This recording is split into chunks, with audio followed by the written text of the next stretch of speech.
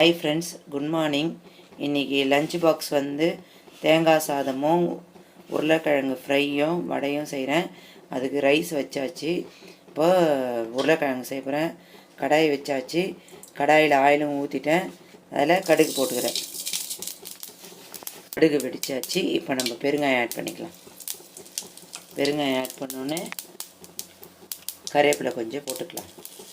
கருவேப்பிலை போட்டோடனே உருளைக்கிழங்கு ஆட் பண்ணிக்கலாம். வாஷ் பண்ணி வச்சுருக்க உருளைக்கிழங்கு ஆட் பண்ணிக்கலாம்.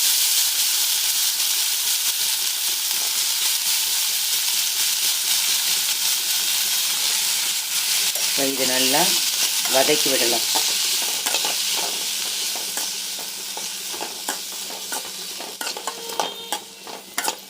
வதக்கி விட்டு இதை மூடி போட்டு மூடி வச்சுக்கலாம். உருளைக்கிழங்கு நல்லா வதக்கி விட்டாச்சு. இப்போ இது நம்ம மூடி போட்டு மூடி வச்சிடலாம். அந்த அனல் வெந்துடும். உருளைக்கிழங்கு பாதி இது வெந்தாச்சு. இப்போ இதில் நம்ம சால்ட் ஆட் பண்ணிக்கலாம்.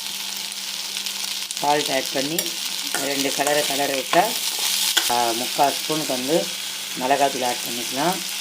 ஏன்னா உப்பெல்லாம் போட்டு ஆகிடுச்சு. அதனால் மிளகாத்தூள் ஆட் பண்ணால் ஒரு 10 நிமிஷம் இது பண்ணால் உருளைக்கிழங்கு ஃப்ரை ரெடி ஆகிடும். உருளைக்கிழங்கு ஃப்ரை ரெடி ஆகிடுச்சு. சாதம் செய்ய போகிறோம். அதுக்கு அடுப்பில் கடாயை வச்சாச்சு. கடாயை வச்சதுக்கப்புறம் ஆயில் ஊற்றியாச்சு. ஆயில் ஊற்றினதுக்கப்புறம் கடுகு போட்டேன். கடுகு போட்டதுக்கப்புறம் இப்போ பொரிஞ்சாச்சு. பொரிஞ்சதுக்கப்புறம்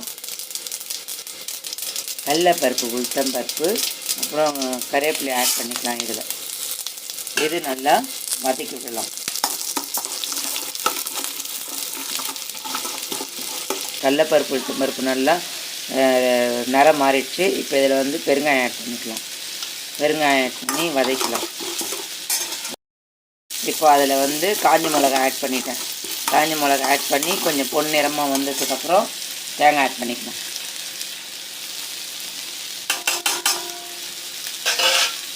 தேங்காய் வந்து இந்த ஆயிலே வந்து அப்படியே ஃப்ரை பண்ணிட்டா அந்த பச்சை வாசனை போயிடும். தேங்காய் இந்த ஆயிலே ஃப்ரை ஆகட்டும்.